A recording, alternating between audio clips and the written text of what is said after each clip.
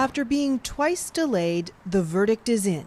Retired Vice Admiral Haydn Edmundson has been found not guilty of all charges, 1 count of sexual assault and 1 count of committing indecent acts. I cried. It's a massive emotional outpouring because this has been hanging over our heads for over 3 years.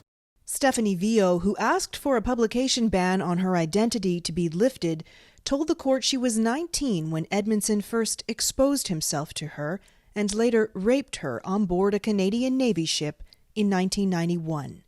Edmundson testified he has never had any kind of sexual contact with Vio.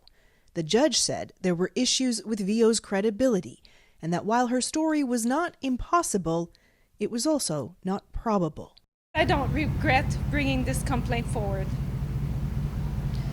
I told the truth and I stand strong knowing that all of this was not done in vain.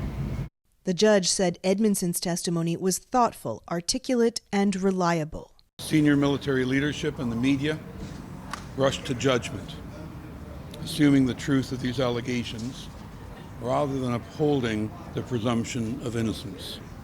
The trial judge in fact found that the CBC had engaged in the obvious tainting of a witness. Vio first told her story to CBC News in March 2021. Another woman who was also a witness during the trial also spoke to CBC News at that time. The judge said the details she provided about the night in question could not be used as corroborating evidence because they had been provided to her, in part by a CBC reporter, rather than from her own memory. I strongly suspect that this evidence was the result of tainting that occurred either during the CBC interview or that took root in later discussions she had with Stephanie Vio, said Justice Matthew Weber.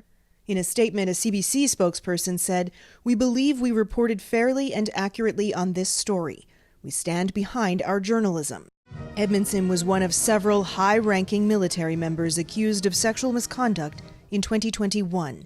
It prompted the federal government to appoint former Supreme Court Justice Louise Arbour to conduct an external review. We've made a commitment. We're going to implement every one of those recommendations. One of the core recommendations was that cases of sexual assault be transferred to the civilian justice system. Edmundson testified that he was directed to retire as a result of these charges after nearly 40 years in the Canadian military. Kayla Hounsell, CBC News, Ottawa.